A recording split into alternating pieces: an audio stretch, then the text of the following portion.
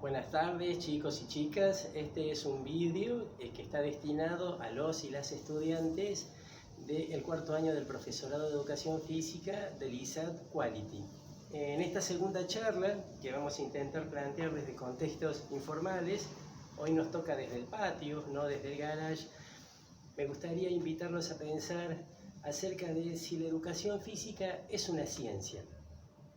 Esta es una pregunta que ha estado presente desde hace mucho tiempo en el campo de la educación física, que ha generado debates, publicaciones, ha estado presente en congresos, en distintas investigaciones, porque está estrictamente vinculada con la identidad de la educación física y con el lugar que ocupa en distintos sectores, ya sea en los marcos institucionales y formales o fuera de la escuela.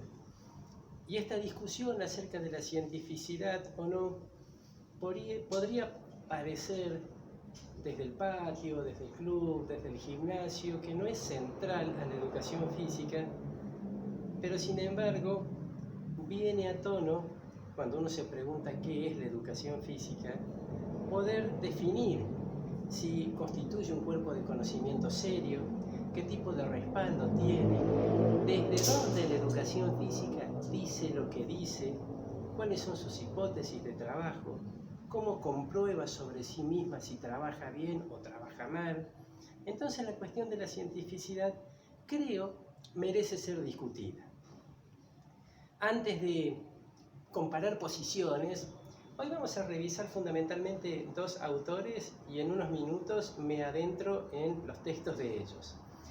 Pero me parecía que para iniciar esta conversación, nosotros tendríamos que acercarnos al concepto de ciencia, porque si decimos que vamos a pensar si la educación física o no, eso no es una ciencia, deberíamos, como premisa, tratar de entender en borrador qué es eso de la ciencia.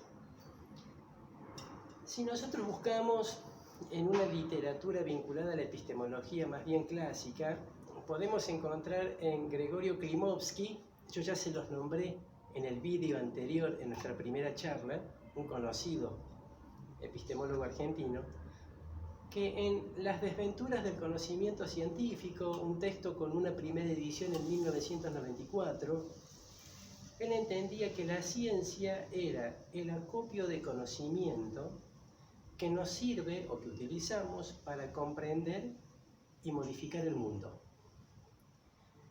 Fundamentalmente, un acopio de conocimientos.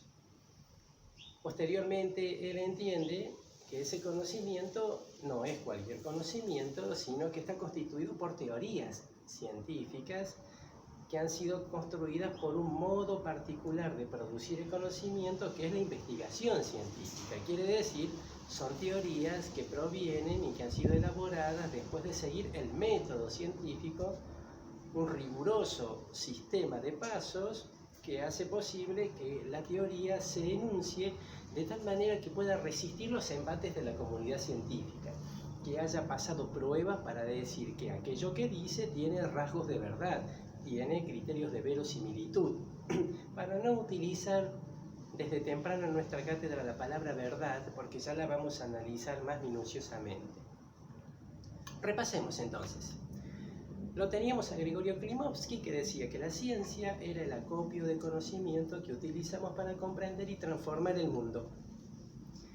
Si nosotros tomamos a otro epistemólogo argentino notable, fallecido hace poco, Mario Bunge, él entendía que la ciencia era un conjunto de ideas que eran racionales, verificables y falibles, que nosotros utilizábamos para la construcción conceptual del mundo. Cuando dice esta construcción conceptual del mundo es porque al mundo se lo ponen palabras a través del lenguaje, pero el lenguaje científico no es cualquier lenguaje, es aquel que sopesa minuciosamente las palabras que va a utilizar para sus formulaciones. Quisiera agregar, sin que se me escape, de que una de las características del conocimiento científico es que es comunicable, quiere decir que está abierto al mundo para que se pueda acceder a él y en la medida de lo posible trata de no ser un código indescifrable o un lenguaje misterioso, sino que intenta poner sus postulados de manera tal que las personas puedan acceder a ese conocimiento. Fíjense ustedes que Mario Bunge dice que son ideas racionales porque provienen de la razón. No provienen ni de la mera experiencia, como en el conocimiento vulgar y ordinario, por ejemplo, no proviene de una creencia dogmática, como podría ser en el conocimiento religioso, sino que es un conocimiento sustentado en la racionalidad científica moderna. Y apareció la palabra moderna, sobre la que ya voy a volver en segundos. También decía Mario Bunge, si repasamos la definición que les di segundos atrás, que es verificable. Y esto es porque para poder constituirse como un enunciado científico, tiene que pasar pruebas, soportar los embates de la comunidad científica para que se la juzgue como verdadera, valiosa, seria, o que ha podido someterse a los criterios de contrastabilidad que hacen posible que aquello que dice, pues, ha podido pasar la sucesión de pasos y embates para constituirse como una teoría seria. Y aparece también el término falible. Esto quiere decir que puede fallar, y uno, si estamos en una ronda de mate, podríamos decir, pero ¿cómo? ¿La ciencia puede fallar? ¿Acaso no es infalible? No, sí puede fallar, ¿sí? Si algo nos ha demostrado la producción de conocimiento científico a lo largo de la historia, es que a veces se ha equivocado, o mejor aún, encontró el error y propuso una explicación mejor. Por ejemplo, las ondas de radio a comienzos del siglo XX se entendía que viajaban en el éter y se definió el éter como una especie de dimensión del espacio en el que viajaban las ondas de radio. Eso después quedó descalificado y se propusieron otras teorías porque se entendió que no existía esta dimensión del espacio, sino que también, tenía que ver con longitudes de ondas de radio.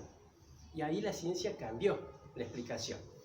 Pero busquemos un ejemplo más cercano a nuestro campo, para que no nos vayamos a campos externos que a veces se nos hace difícil visitarlos y encontrar ejemplos comprensibles. Veamos si sirve este. Ustedes ayúdenme a pensar. Quizás cuando estuvieron en su escuela secundaria o en alguna práctica corporal o deportiva, escucharon que cuando uno ejercitaba con cierta intensidad, al día después o 48 horas después, aparecía mucho dolor muscular. Y se decía, hace un tiempo, que era por la acumulación de ácido láctico. Esa fue una explicación vigente en un momento porque los estudios científicos del momento aseveraban eso. Estudios posteriores entendieron que la causa del dolor muscular post-esfuerzo de aparición tardía tenía más que ver con lesiones microestructurales a nivel del tejido muscular y del paquete del tejido conjuntivo elástico que envuelve la fibra muscular en el daño que sufría a través de la actividad física y la restitución posterior que se manifestaba en dolor cuando se iba restituyendo, que con la acumulación de ácido láctico. Fíjense entonces que las dos explicaciones provenían de la ciencia. Pero claro, como la ciencia es falible, sigue estudiando, encuentra los problemas y explicaciones mejores a esos problemas, de ahí es que podemos utilizar el término falible. También me gustaría recordar con ustedes que la ciencia es un producto de la modernidad. Esto quiere decir,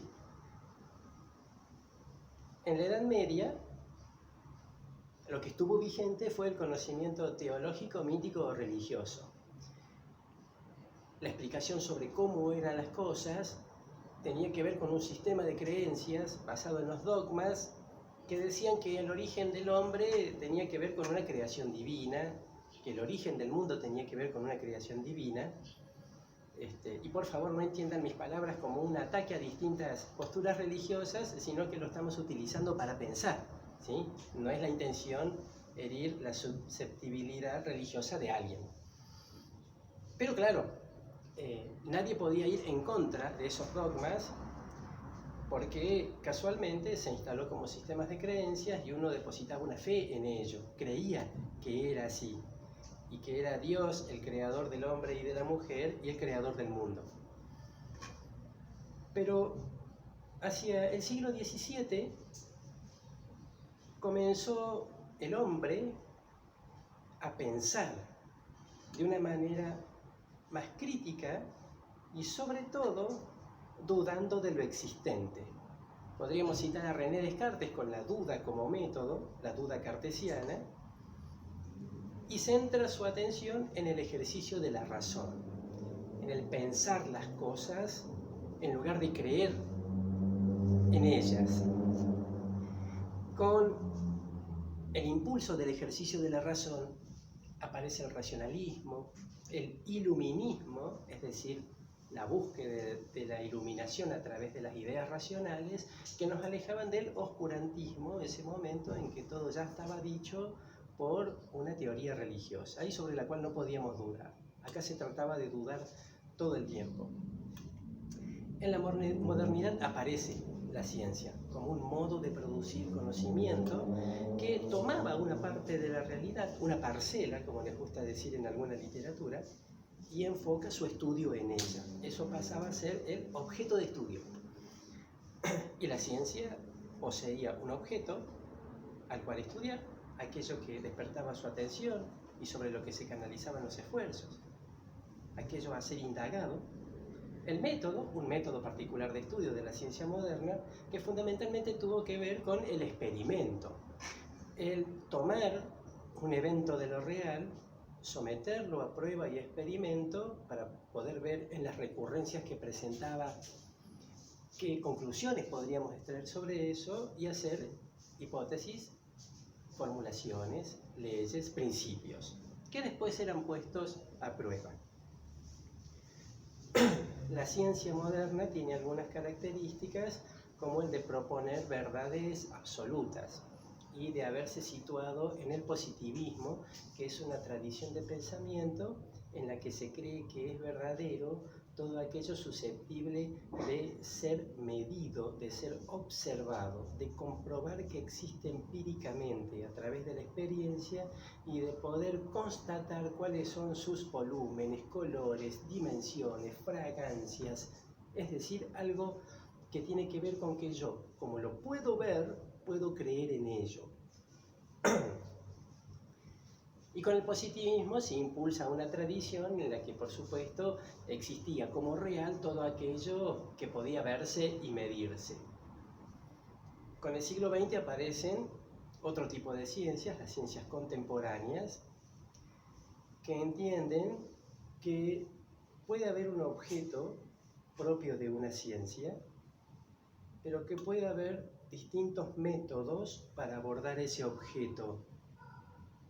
Métodos propios de cada disciplina académica y científica, y que aportaba, en consecuencia, no una sola explicación, como en la ciencia moderna, sino varias explicaciones. Quiere decir, se traslada la idea de algo absoluto y verdadero por algo probabilístico y que se comparte como explicación entre varias disciplinas. Esto es precursor de la posterior interdisciplinariedad. Y esas características tiene la ciencia, un estudio riguroso para formular sus postulados que los pone a prueba y sale al mundo para decir que la interpretación sobre una parte de la realidad es esta. Continuaremos en otros diálogos trabajando más sobre el concepto de ciencia y sus características, particularmente el método científico. Después de haber ensayado estas definiciones de ciencia, la de Klimovsky, la de Mario Bunge, nosotros podríamos ponernos a pensar si la educación física cumple con estos requisitos.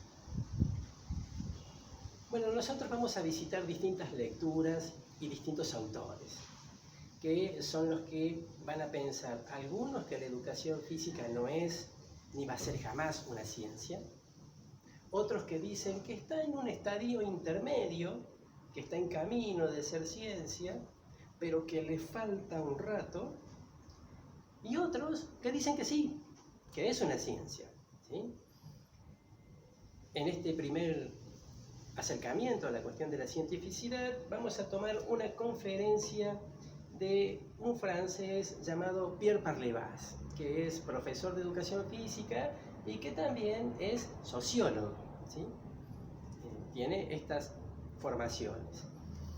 Y él da una conferencia que se llama Problemas teóricos y crisis actual de la educación física. Si ustedes hacen memoria, en el vídeo anterior decíamos que a cada texto nosotros le íbamos a hacer un análisis que consistía en 3 preguntas. ¿Qué es? ¿Dónde está? Y si podría ser confiable. ¿Recuerdan eso? Vamos a la primera pregunta. ¿Qué es? Ya lo dijimos. Es una conferencia que se dio en un congreso una vez que Pierre Parlevas visitó la Argentina. ¿El hecho de que sea una conferencia nos está diciendo cosas? Pues claro que sí. Está diciendo que un especialista en un tema ha preparado una presentación para un auditorio que más o menos conoce del tema y la va a preparar en un lenguaje tal de asegurarse que la mayoría lo pueda comprender, porque es una de las intenciones, hacerse comprender y presentar investigaciones nuevas, estados de avances sobre ciertos temas, ideas originales. Esa es la idea de las conferencias en algunos congresos. Imagínense que Parlevas sabía que estaba destinada a profesores y profesoras de educación física, de allí que debe haber seleccionado las ideas en función de ese auditorio. Esto quiere decir, constituye un discurso sólido, pero no podríamos decir que es altamente sofisticado, sino que está pensado que para la comunidad de un área la pueda comprender. La segunda pregunta era, ¿dónde está? Pues esa conferencia está en el diario de un congreso que se hizo en la Universidad de La Plata para conmemorar el aniversario de la educación física y fue invitado Pierre Parlevas. Los congresos, cuando terminan, arman un repositorio de conferencias y presentaciones para ser ofrecidos a la comunidad y que estén disponibles. Es una también de las funciones de los congresos. Y vamos a la tercera pregunta que suele ser polémica, esto de si es confiable. Bueno, nuevamente vamos a apelar al conocimiento del autor para poder juzgar su confiabilidad. Digamos que en términos modernos, lo que hoy uno puede utilizar para intentar conocer a alguien es stalkearlo en las redes. Utilicemos eso como ejemplo para ver si nos ayuda a entender.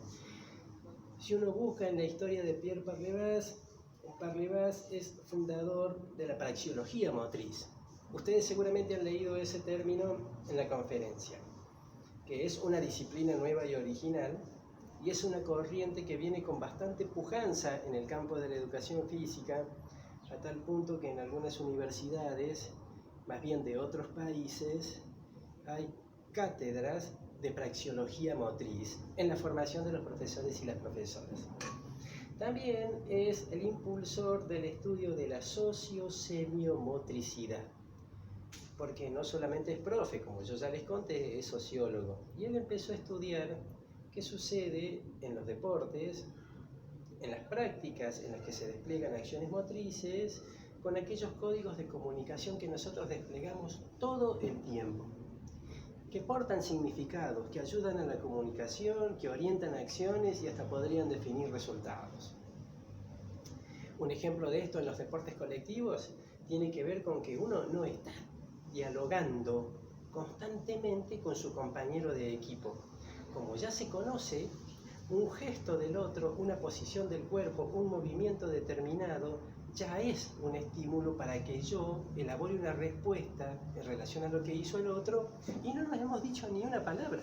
Pero como nos conocemos y tenemos cosas practicadas, ya sabemos que está significando algo. Es decir, él hizo algo y no habló. Yo hago algo y no hablo, pero hubo una comunicación dada por el conocimiento mutuo y el lenguaje que expresan el cuerpo y sus gestos. Por eso es muy interesante esta teoría de la sociosemiomotricidad. Pierre Parlevas es el precursor del estudio de la estructura funcional de los juegos y los deportes, que es una corriente en educación física que después tuvo varios cultores que seguramente ustedes han leído. Peiró, Davis, Luis Miguel Ruiz Pérez, son José Hernández Moreno, son autores que han propuesto teorías para explicar la estructura de los juegos y los deportes que han acompañado las teorías de Parlevas. Todo referente Parlevas. O sea que podríamos decir, si hacemos esta revisión de su biografía, que sí, que es confiable. Recién estoy por cebar el primer mate después de varios minutos, disculpen ustedes. Bueno, ¿qué dice él en esa conferencia? Tiene una posición bastante clara. Ustedes ya la han leído. Él dice que la educación física no es ni va a ser una ciencia. Tajante. Y por supuesto que va a aportar explicaciones a partir de las cuales él entiende que no lo va a hacer.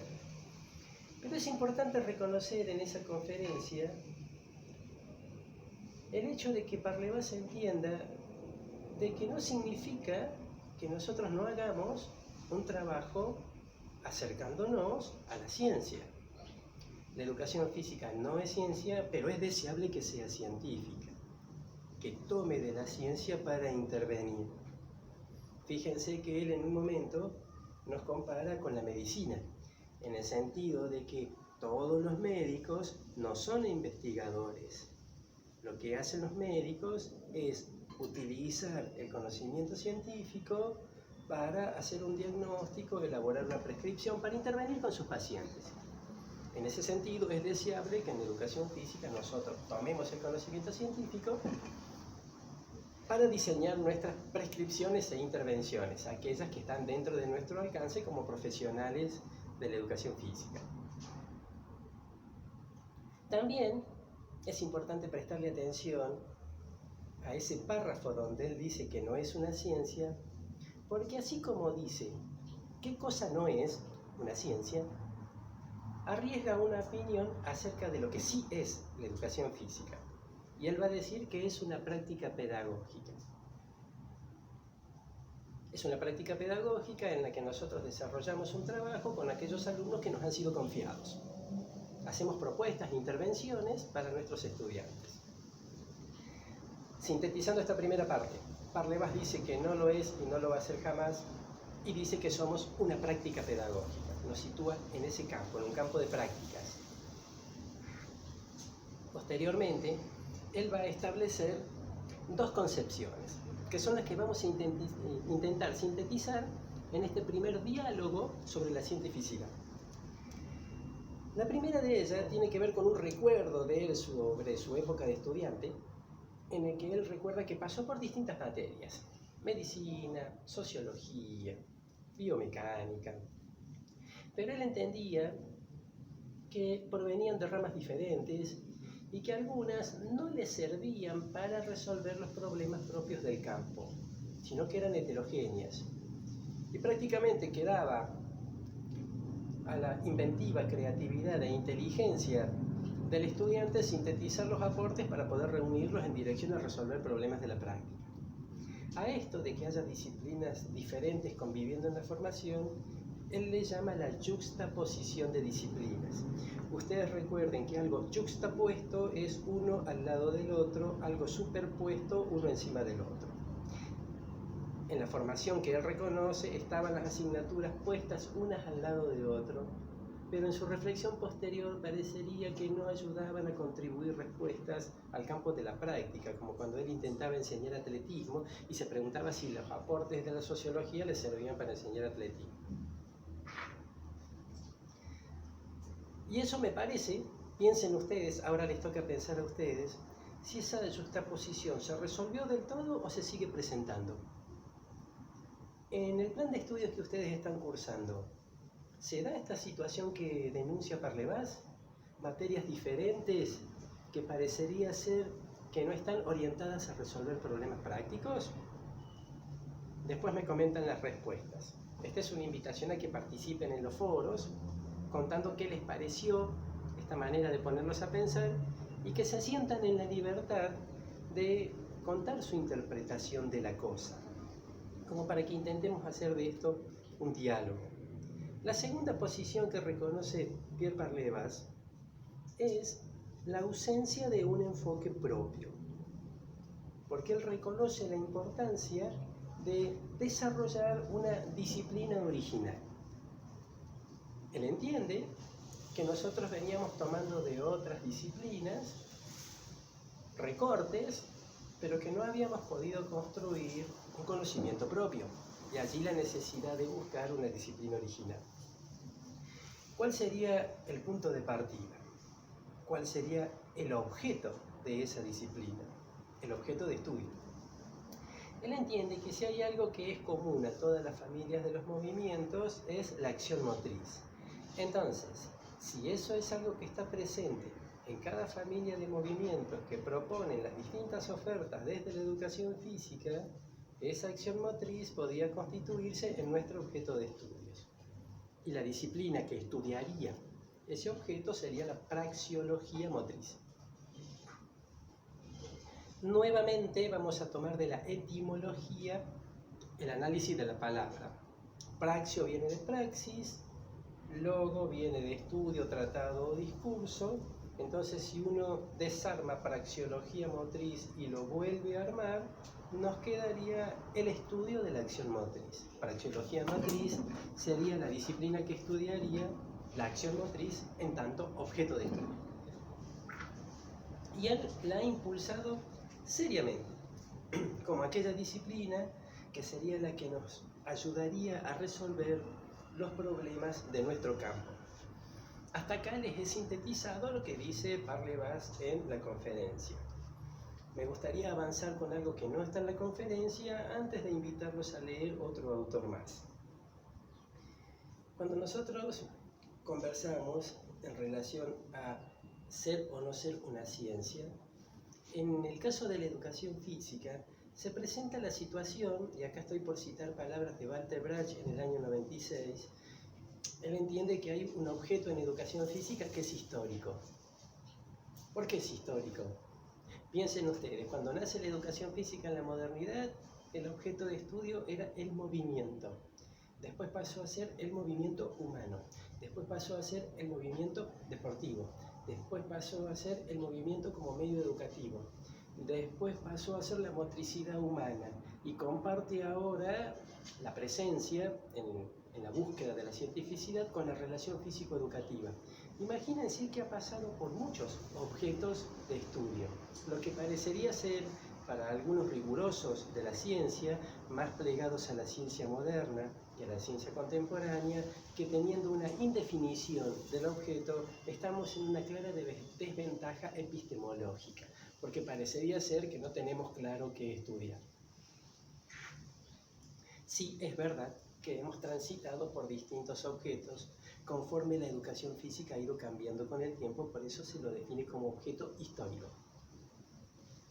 Por otra parte, cuando yo les decía lo de la ciencia moderna, tenía un método de estudio.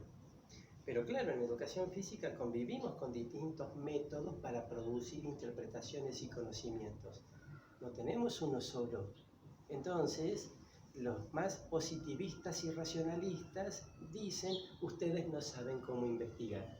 Y parecería ser otra desventaja epistemológica. De allí que tenemos algunos problemas para plantarnos con la comunidad científica y decir, sí, somos ciencia. Les voy a contar ahora qué piensa otro autor, que es el que les va a quedar junto con este vídeo como una lectura para que acompañen la fabricación de sus propias interpretaciones y el ponernos a pensar sobre la cientificidad. Este segundo autor que vamos a ver en relación a este tema es López Rodríguez, que es un cubano que escribe un artículo muy interesante que se llama ¿Es la educación física ciencia? Originalmente ha estado publicado en una revista digital que se llama www.efdeportes.com. Les recomiendo que la visiten porque son artículos muy interesantes sobre educación física y que también tiene el referato que yo les comentaba en nuestra primera charla. Recuerden esto del referato como una idea de que lo que se publica siempre era puesto bajo análisis de los especialistas para que digan si vale la pena que sea publicado o no.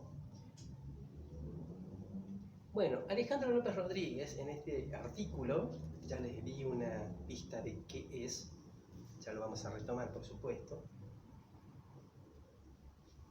él manifiesta que la educación física sí es una ciencia. Ya tenemos la opinión contraria. Lo tenemos a Parlevas que dice que no, lo tenemos a López Rodríguez que dice que sí. Bueno, pero conforme avancen en la lectura de ese artículo, ustedes van a poder conocer que para López Rodríguez sí es ciencia dentro de determinados campos. Porque si algo hay que reconocerle a López Rodríguez es que en el párrafo final de ese artículo él manifiesta que la educación física no podría ser entendida como ciencia en el sentido tradicional, como la ciencia moderna, recuerden, sino en un sentido más amplio en que tiene lugar de comunicación con distintos campos del quehacer científico. Esto quiere decir el trabajo interdisciplinario y de distintas áreas, más propio de la lógica de las ciencias contemporáneas, las del siglo XX, ¿se acuerdan?, que la de la ciencia moderna, del siglo XVII en adelante. Esa es una aclaración que hace al final y me parece muy honesto que lo haga.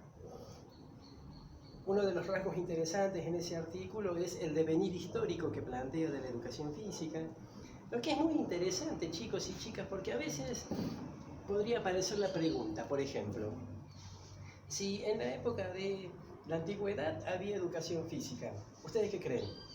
¿Que sí o que no? La mayoría de los autores dice que no, que en la antigüedad había actividad física, juegos olímpicos, deportes de combate, incipientes prácticas lúdicas y motrices que fueron evolucionando con el tiempo. En la Edad Media, ¿había educación física? Tampoco, según el consenso de los autores que estudian la identidad y la historia. Sí había juegos populares, sí había el desarrollo y evolución de algunas prácticas, pero no habían logrado constituirse como un cuerpo de conocimientos, como un conjunto de prácticas y como una asignatura escolar. Quiere decir, no reunían lo suficiente para constituirse como educación física.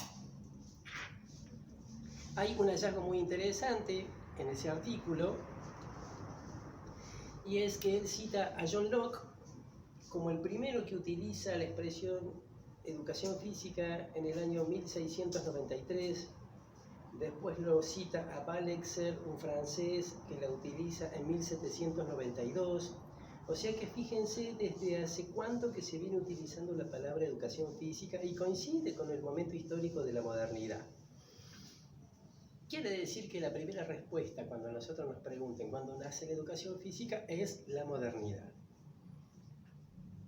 Este autor entiende que en educación física hay dos objetos de estudio, que nosotros cuando estamos trabajando como realidad situada enfrente, tenemos dos cosas. Un sujeto que se mueve, de allí que uno de nuestros objetos es la motricidad humana. Pero ese sujeto que se mueve no lo hace él solo porque le pintó moverse, sino que lo hace dentro de un contexto con compañeros y con un profesor a cargo que está intentando hacer una propuesta educativa respaldada por documentos educativos, teniendo en cuenta teorías y didácticas, intentando plantear metodológicamente una secuencia. Quiere decir, ese escenario no es una plaza, no es un club, no es el juego espontáneo, es una clase. Entonces, el profesor tiene delante de sí a su estudiante que se mueve, la motricidad humana, pero además tiene una situación en la que a través del movimiento está intentando aprender algo. Por eso dice que el segundo objeto es la relación físico-educativa. Sintetizando, López Rodríguez entiende que en la educación física hay dos objetos, la motricidad humana y la relación físico-educativa. Segundos atrás, yo les comentaba que él entendía que la educación física sí es ciencia porque puede situarse dentro de dos campos de conocimiento científico. Uno es las ciencias del movimiento humano y el otro es las ciencias de la educación. Si tienen memoria fotográfica, van a ver que yo acá puse la motricidad humana, que es la que se va a fundamentar en las ciencias del movimiento humano. Y yo acá había puesto a la relación físico-educativa, que es la que se va a explicar desde las ciencias de la educación. Uno de los párrafos centrales de ese artículo es en el que el autor sitúa la educación física dentro de las ciencias de la educación, pero no descarta la alianza próxima y el trabajo constante con las ciencias del movimiento, porque tenemos dos objetos. Hasta ahora, lo tenemos a Pierre Parlevas, que decía que no es ni será una ciencia, y lo tenemos a López Rodríguez, que dice que sí, dentro de dos campos específicamente, y son opiniones muy contrapuestas. Desde mi posición, yo lo que les voy a pedir a ustedes, en tanto estudiantes de esta asignatura, es que vayan construyendo su propia interpretación, y esto no significa que elegir cualquiera de las dos esté bien o mal. Lo que les voy a pedir es que ustedes, cuando digan que les parece que sí o les parece que no, puedan argumentarlo desde dónde lo están diciendo. Porque conviven en nuestro campo estas distintas opiniones. Para ir cerrando esta segunda charla, me gustaría hacer mención de Miguel Vicente Pedraz.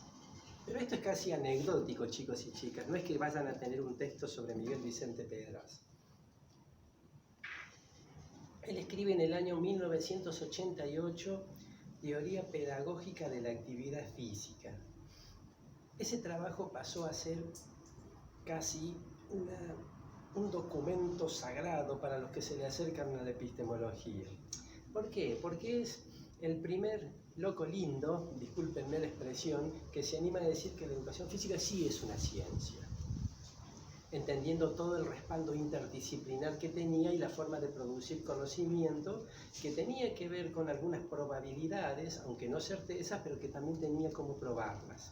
Por supuesto que habiéndolo dicho en 1988, el mundo de la comunidad científica se le fue encima y él después revisó esa opinión y se hizo más moderado, en el sentido de que decía que estamos en el camino de ser ciencia. La reflexión final no tiene que ver con ninguno de los dos autores propuestos, ni con Parlevas ni con López Rodríguez, sino nuevamente con el brasilero Walter Brach, o Walter Brach, para los que lo quieren pronunciar correctamente. A mí me quedó Brach, y posiblemente ustedes también, porque lo trabajan en otros años de la carrera. Este crítico autor de la educación física decía que la discusión sobre la cientificidad está emparentada a un problema de identidad que ha tenido históricamente la educación física, y que parecería ser que le ha creado un complejo de inferioridad, como que nosotros queremos pero no podemos, queremos pero no podemos. Entonces, en ese querer, queremos ser sólidos, respetados, pero que no alcanzamos a ser. La propuesta de él era que, más que preocuparnos por la estricta definición de ciencia o no, él decía, y me encanta esta expresión, de que debíamos mostrar que nuestro trabajo era con base científica. Es decir, él decía que en nuestras prácticas se debería reflejar que nos acercamos constantemente al conocimiento científico, piensen en Parlevas, en esta idea, para poder hacer nuestras intervenciones.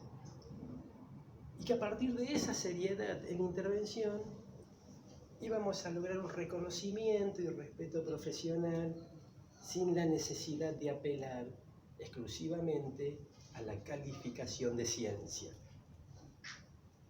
Bueno, espero que hayan sido comprensibles las ideas, ustedes me lo plantean si es que no. Estoy tratando de mejorar audio y video en un esfuerzo constante, porque en esto aprendemos todos, y ya las próximas charlas y los próximos diálogos van a tener que ver con el origen de la educación física en la Argentina. Vamos a retomar algunos aportes de historia de tercer año y me gustaría contarles algunos datos interesantes de cómo surge la educación física en nuestro país. Los invito a continuar leyendo, a plantearme las dudas, inquietudes y hasta la próxima charla.